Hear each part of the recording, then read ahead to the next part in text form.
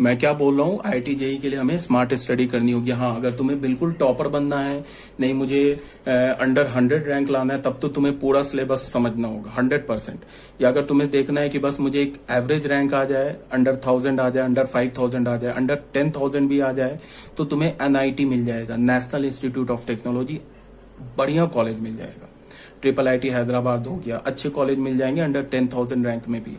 तो अगर तुम्हें ऐसा चाहिए, ये तुम्हारा टारगेट है, तब तुम क्या करो कि जो तुम्हें समझ में आता है उसको तो खूब अच्छे से समझो कि उससे क्वेश्चन ना छूटे, और जो नहीं समझ में आता है उस पर एक जनरल ट्राई मारो, जनरल एफर्ट मारो। जनरल एफर्ट मारने का मतलब कि थोड़ा हम कोशिश करेंगे समझने का, और तब भी नहीं समझ में आता है तो उस पर टाइम वेस्ट नहीं करो, उसको छोड़ के आगे बढ़ो, उसको फिर छोड़ ही दो। एक जनरल एफर्ट मारने की जरूरत क्यों होती है? क्योंकि कभी कभी क्या होता है, जैसे मान लो तुम्हें प्रोबेबिलिटी चैप्टर नहीं समझ में आया, ठीक है। जनरली बच्चों को क्या होता है, 12th की प्रोबेबिलिटी टफ लगती है जनरली, तो किसी को प्रोबेबिलिटी नहीं समझ में आया, तो उस पर एक जनरल अपना मतलब एक एफर्ट लगाओ, ठीक है। पढ़ना, हमें चैप्टर बिल्कुल नहीं छोड़ देना है। क्यों? क्योंकि जनरली क्या होता है, प्रोबेबिलिटी चैप्टर से जेईई मेंस में इजी क्वेश्चन आ जाते हैं, ऐसे क्वेश्चन आ जाते हैं जो बिल्कुल बोर्ड लेवल के क्वेश्चन होते हैं। तो तुम एकदम से टॉपिक को, उस चैप्टर को इग्नोर कर दोगे तो वो तो तुमसे सॉल्व ही नहीं होगा। तो जनरल एफर्ट मारना है, बट किसी भी चैप्टर, किसी भी टॉपिक के पीछे नहीं पड़ जाना है कि समझ के ही आगे बढ़ेंगे, दम लेंगे, ऐसा नहीं करना है। जो समझ में आ रहा है उससे क्वेश्चन नहीं छूटना चाहिए, बोर्ड तो हमारा कंप्लीट होना चाहिए। जो नहीं समझ में आ रहा है उसको छोड़ दो, और जो समझ में आ रहा है उससे क्वेश्चन ना छूटे। इस बात को ध्यान में रखो। मतलब कहने का क्या है कि हमें कहीं भी फंसना नहीं है, हमेशा आगे बढ़ते जाना है। फिजिक्स में कहीं हमें कोई टॉपिक नहीं समझ में आया, छोड़ा, एक जनरल एफर्ट मारा उस पर, ठीक है, समझा, आगे बढ़ गए, और जो समझ में आ रहा है उसको खूब अच्छे से समझे। ये फिजिक्स के लिए भी, केमिस्ट्री के लिए भी, मैथ्स के लिए भी, तीनों पे अप्लाई करो। क्योंकि हमें जेईई मेंस में 100% अगर सॉल्व करोगे तब तो टॉपर हो जाओगे। अगर सिर्फ तुम्हें कट ऑफ निकालना है, 10,000 के अंदर तुम्हें रैंक चाहिए, तो तुम उसमें ना, मतलब अगर तुमको जितने क्वेश्चन आते हैं, अगर तुम 50% भी क्वेश्चन सॉल्व कर दोगे तो अच्छा रैंक आ जाएगा, तीनों में अगर सॉल्व कर दिया तो कहने का ये मतलब है, ठीक है। अब बच्चों आ जाओ, नेक्स्ट टॉपिक है हमारा। अब के बाद जो मैं पढ़ा रहा हूं वो बोर्ड के लिए इंपॉर्टेंट नहीं है, मतलब इंपॉर्टेंट नहीं है, मतलब बोर्ड का सिलेबस ही नहीं है। तो तुम्हें अगर इस पे कोई प्रॉब्लम है तो बिल्कुल इग्नोर कर दो। जो बच्चे सिर्फ बोर्ड के लिए पढ़ रहे हैं वो बिल्कुल आगे, हेंस ऑनवर्ड, ये जो भी टॉपिक है इसे तुम बिल्कुल छोड़ दो, ठीक है। और जेईई मेंस के लिए अगर देख लो तो ये टॉपिक इंपॉर्टेंट है। इंपॉर्टेंट का मतलब बहुत इंपॉर्टेंट है, और ये टफ भी नहीं है, बहुत ईजी टॉपिक है। तो देख, क्या यहां बोल रहा हूं मैं, समेशन ऑफ डिटर्मिनेंट। अब समेशन ऑफ डिटर्मिनेंट में तुम्हें ऐसे समझना है, मैंने क्या बोला था कि अगर कोई भी, किसी भी, मान लो 2 डिटर्मिनेंट दे रखा है, ठीक है, उस डिटर्मिनेंट के 2 कॉलम्स आइडेंटिकल हैं, 2 डिटर्मिनेंट हैं, उन दोनों डिटर्मिनेंट का मान लो C2 और C3 कॉमन सेम लिखा हुआ है, C2 और C3 कॉलम आइडेंटिकल है दोनों डिटर्मिनेंट का, तो तुम क्या कर सकते हो, उन दोनों डिटर्मिनेंट को C1 कॉलम के लॉन्ग ऐड कर सकते हो, ठीक है। अगर मान लो 3 डिटर्मिनेंट गिवन है और उन तीनों डिटर्मिनेंट का 3x3 ऑर्डर का 3 डिटर्मिनेंट गिवन है, उसमें C2 और C3 कॉलम है, तीनों डिटर्मिनेंट का आइडेंटिकल है, सेम है, तो तुम क्या कर सकते हो, उन तीनों डिटर्मिनेंट को तुम C1 कॉलम के लॉन्ग ऐड कर सकते हो। अगर मान लो 3 डिटर्मिनेंट है जिसका C1 और C3 कॉलम तीनों डिटर्मिनेंट का आइडेंटिकल है, सेम है, तो फिर तुम उस डिटर्मिनेंट को, तीनों डिटर्मिनेंट को सेकंड कॉलम के लॉन्ग ऐड कर सकते हो। ये ऑलरेडी बताया जा चुका है, ठीक है। जैसे इसमें देखो, इस डिटर्मिनेंट में क्या दे रखा है, ये 3 डिटर्मिनेंट है, तो तीनों डिटर्मिनेंट में देखो सेकंड कॉलम, थर्ड कॉलम तीनों डिटर्मिनेंट का सेम है, तो हमने क्या किया, इस डिटर्मिनेंट को फर्स्ट कॉलम के लॉन्ग हमने क्या कर दिया, ऐड कर दिया। यहां हम क्या बोलेंगे, A1 B1 C1, A2 B2 C2, A3 B3 C3, XYZ same रह जाएगा, XYZ PQR, ठीक है। अब तुम यहां देखो, इस डिटर्मिनेंट में क्या है, हाँ एक बात और मैंने बता रखा है कि अगर मैं डिटर्मिनेंट और मैट्रिसेस में कोई भी मैं अगर प्रॉपर्टी रो वाइज बोलूं तो वो प्रॉपर्टी कॉलम वाइज मैं अगर नहीं भी बोलूं तो भी एप्लीकेबल है। जैसे मैंने कॉलम के लिए बोला कि अगर 2 कॉलम आइडेंटिकल है तो फिर तीसरे कॉलम के लॉन्ग ऐड कर सकते हो। इसका क्या मतलब है कि अगर 2 रोज आइडेंटिकल है तो तुम तीसरे रो के लॉन्ग ऐड कर सकते हो। जैसे यहां देख लो, इस 3 डिटर्मिनेंट में क्या है, R2 और R3 आइडेंटिकल है तीनों डिटर्मिनेंट का, तो तुम फर्स्ट रो के लॉन्ग ऐड कर सकते हो, ठीक है। समझ में आ रही है बात, फर्स्ट रो के लॉन्ग हम क्या कर सकते हैं, इसको ऐड कर सकते हैं, कोई प्रॉब्लम नहीं है, ठीक है। अब इसको थोड़ा मैंने जनरलाइज कर दिया। यहां मैंने क्या बोला कि हमारे पास n डिटर्मिनेंट्स हैं, इस n डिटर्मिनेंट का सेकेंड रो और थर्ड रो सेम है, आइडेंटिकल है, तो हमने क्या किया, इन एन डिटर्मिनेंट्स को फर्स्ट रो के लॉन्ग ऐड कर दिया, तो हमें क्या मिलेगा, सॉरी रो नहीं, इसका कॉलम आइडेंटिकल है, सेकंड कॉलम थर्ड कॉलम हर एक डिटर्मिनेंट का आइडेंटिकल है। तो मैंने इस डिटर्मिनेंट को, इस एन डिटर्मिनेंट को फर्स्ट कॉलम के लॉन्ग ऐड कर दिया। तो क्या लिखेंगे, A1 यहां से A2 उठाया, यहां से AN उठाया, फिर यहां से B1 B2 यहां से BN उठाया, फिर यहां से C2 यहां C3 यहां से CN उठाया, और second column third column same रख दिया। ठीक है, फिर यहां पे देख लो ये डिटर्मिनेंट है, इसका सेकंड रो और थर्ड रो आइडेंटिकल है इस एन डिटर्मिनेंट का। तो हमने क्या किया, इस डिटर्मिनेंट को फर्स्ट रो के लॉन्ग ऐड कर दिया। तो देख लो सेकंड रो और थर्ड रो सेम रह गया। अब जो ये फर्स्ट रो है इसको हमने क्या लिखा, A1 A2 dot dot AN, फिर B1 B2 dot dot BN, फिर C1 C2 dot dot CN।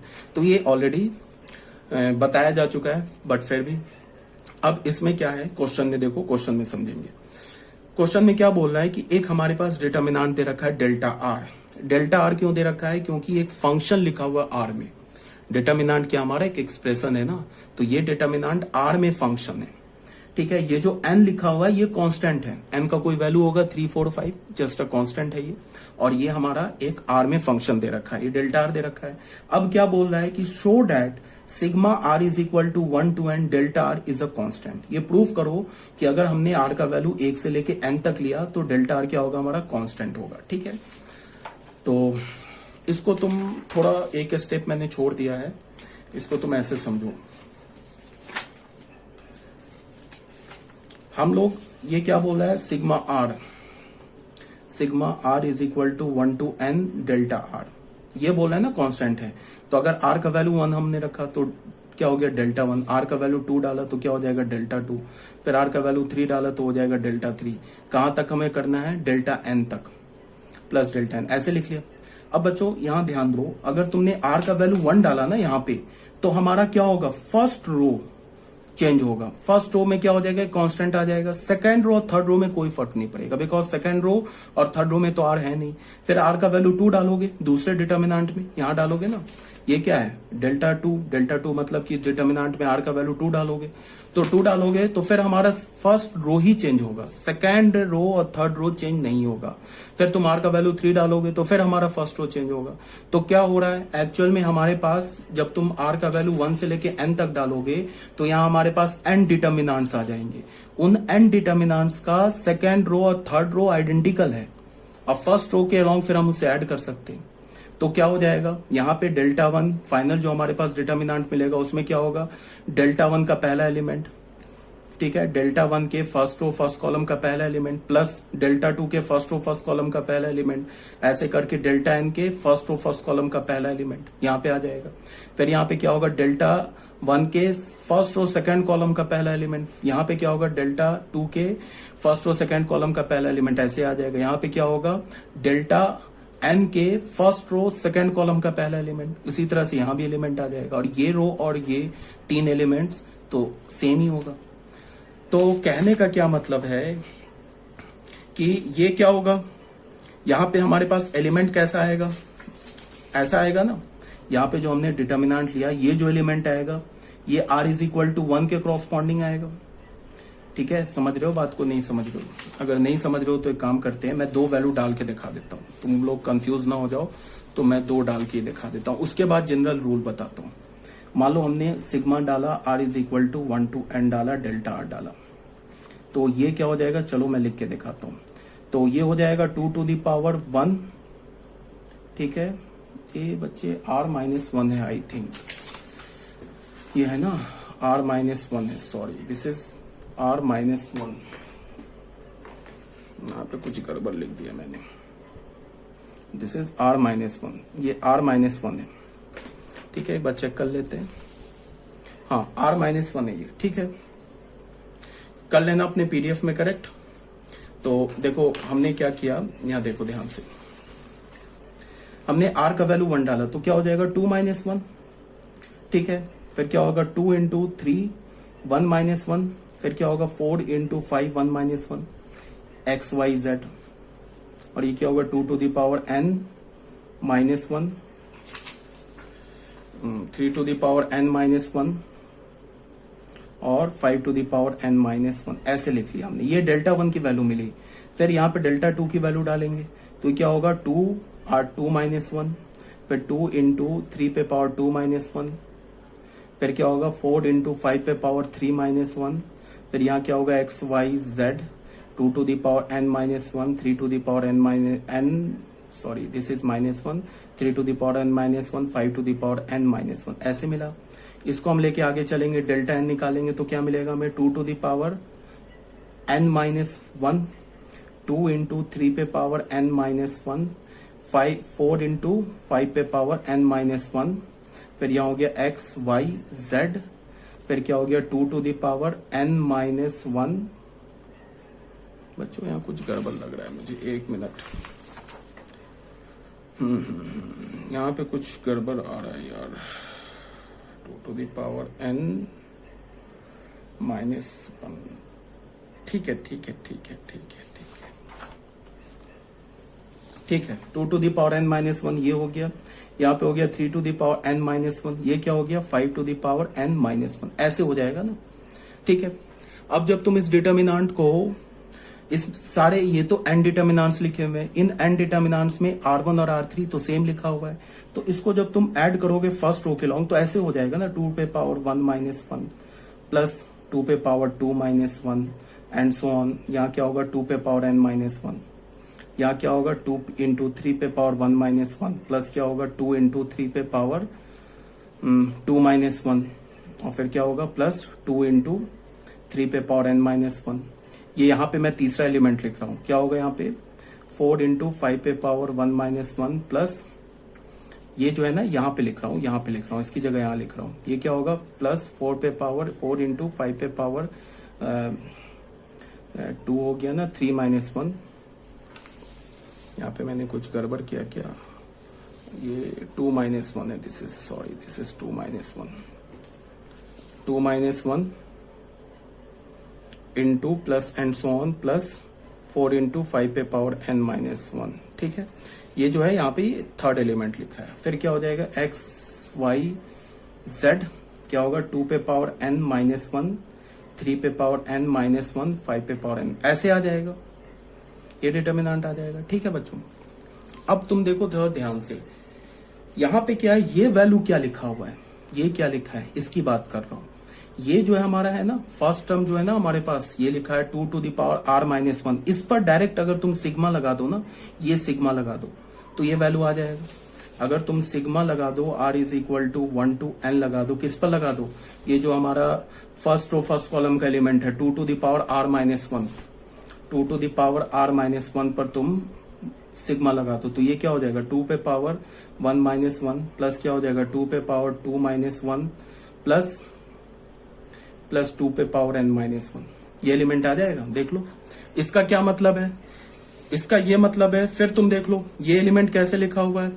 ये एलिमेंट अगर तुम इस एलिमेंट पर इसके फर्स्ट रो के सेकंड एलिमेंट पर सिग्मा लगा दो तो ये मिल जाएगा हमें। अगर तुम फर्स्ट रो के थर्ड एलिमेंट इस पर सिग्मा लगा दो तो फिर ये मिल जाएगा हमें, ये मिल जाएगा। इसका क्या मतलब है, ये मैंने इतना लंबा चौड़ा कैलकुलेशन करके क्यों दिखाया, इसका ये मतलब है कि अब जो बोल रहा हूं उसको बड़े ध्यान से सुनो।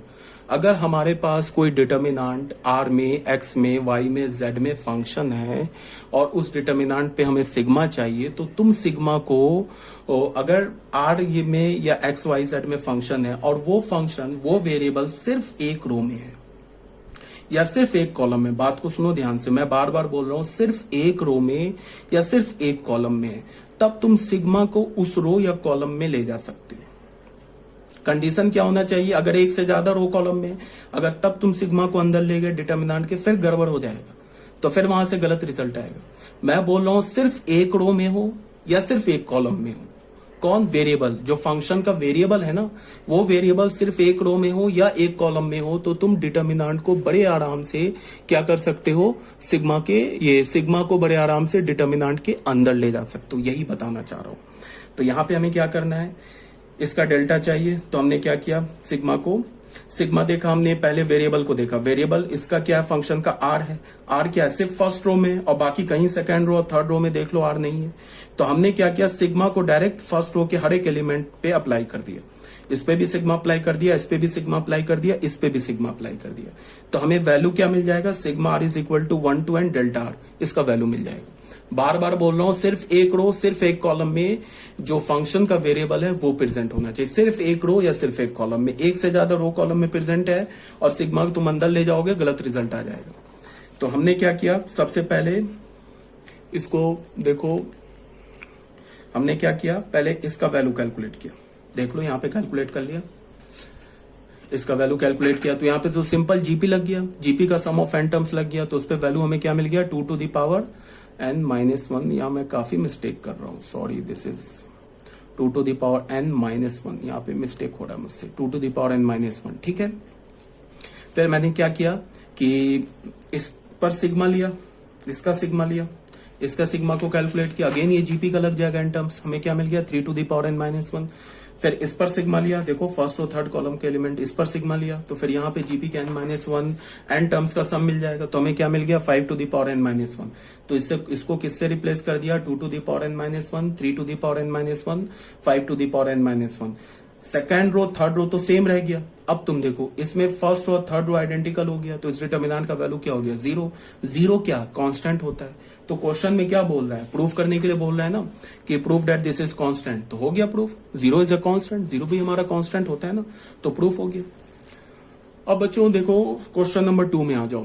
क्वेश्चन नंबर 2 में क्या है कि फिर डेल्टा दे रखा है, डेल्टा आर दे रखा है।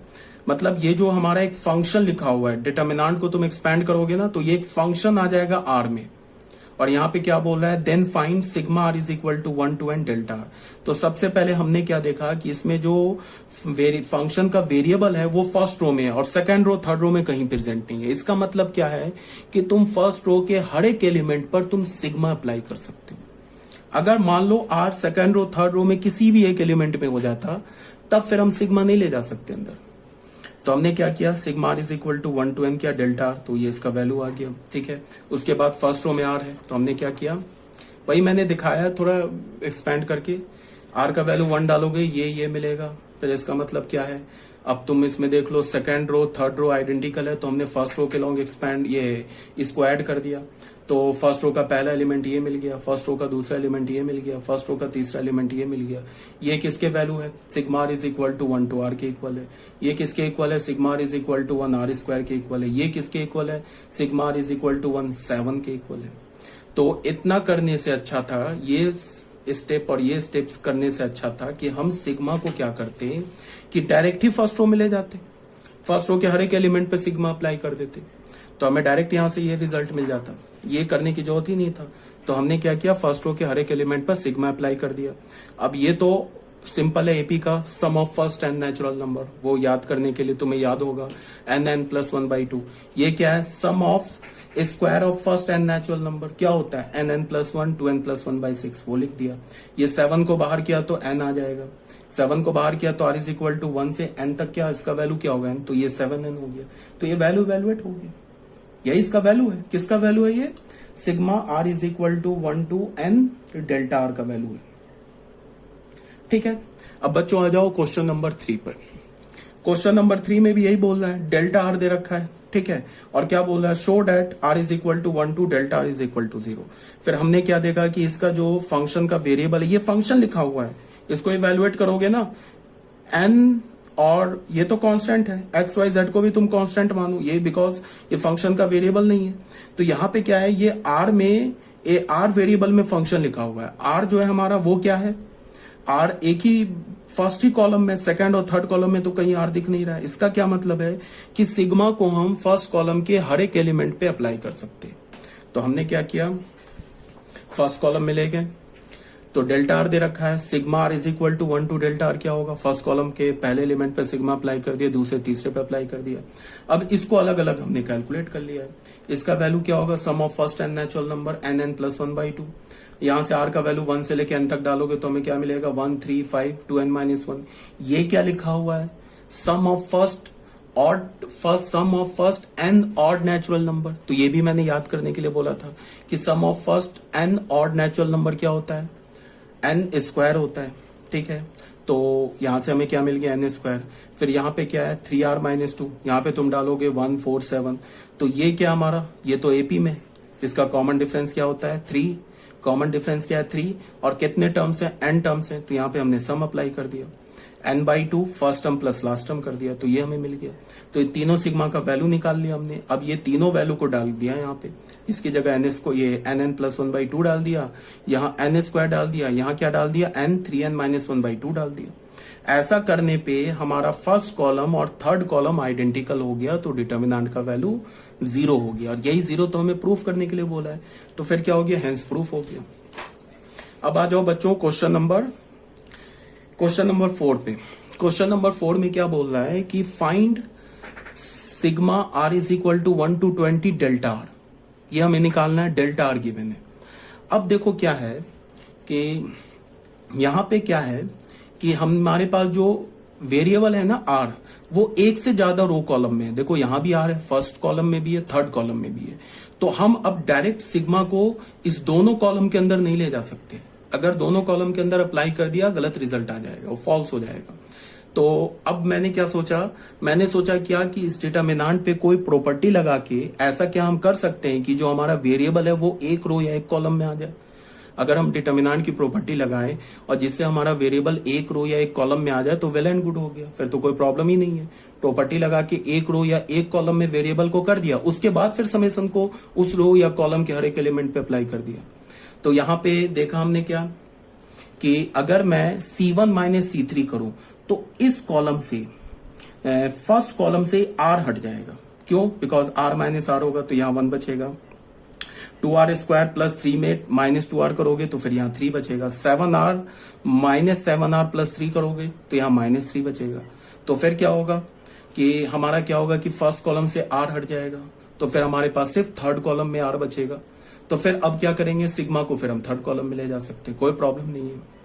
तो वही क्या हमने C1 को चेंज किया, C1 माइनस C3 किया। फिर तुम ऐसा भी कर सकते थे, C3 को चेंज करते C3 माइनस C1, तो भी क्या होता, फर्स्ट कॉलम में r रह जाता, थर्ड कॉलम से r हट जाता। ये भी कर सकते थे, वो भी ठीक था। तो हमने क्या किया, C1 को चेंज किया, C1 माइनस C3 किया, तो हमें ये मिल गया। यहां से हमें क्या मिला कि थर्ड कॉलम में सिर्फ r है। अब हम क्या कर सकते हैं, सिग्मा को थर्ड कॉलम के हर एक एलिमेंट पे अप्लाई कर सकते, तो कर दिया अप्लाई। r पे कर दिया तो क्या हो गया, r is equal to 1 to 20r, फिर r is equal to 1 to 20 2r square, फिर r is equal to 1 to 20 7r plus 3। अब ये क्या है, sum of first 20 natural number, तो क्या होगा 20 प्लस 1/2। ये क्या है, 2 को बाहर कर दो तो फिर क्या मिलेगा, 2 into sum of square of first 20 natural number, तो ये आ गया। यहाँ पे इसको डालोगे, r का वैल्यू 1 से 20, ये हमें क्या मिल जाएगा, एक एपी मिल जाएगा। तो उस एपी को हमने कैलकुलेट कर लिया, ठीक है। उसके बाद ये हमारा आंसर आ गया, ये डिटर्मिनेंट का वैल्यू आंसर आ गया। फर्दर मैंने इसे सॉल्व नहीं किया है, तो हाँ फर्दर मैंने नहीं सॉल्व किया है, यहाँ पे बस इसको थोड़ा सा इवेल्युएट कर दिया। इसको आगे तुम इवेल्युएट कर लो, डिटर्मिनेंट का वैल्यू जो होगा वो हमारा रिक्वायर्ड आंसर होगा, ठीक है। अब बच्चों आ जाओ क्वेश्चन नंबर 5 पे।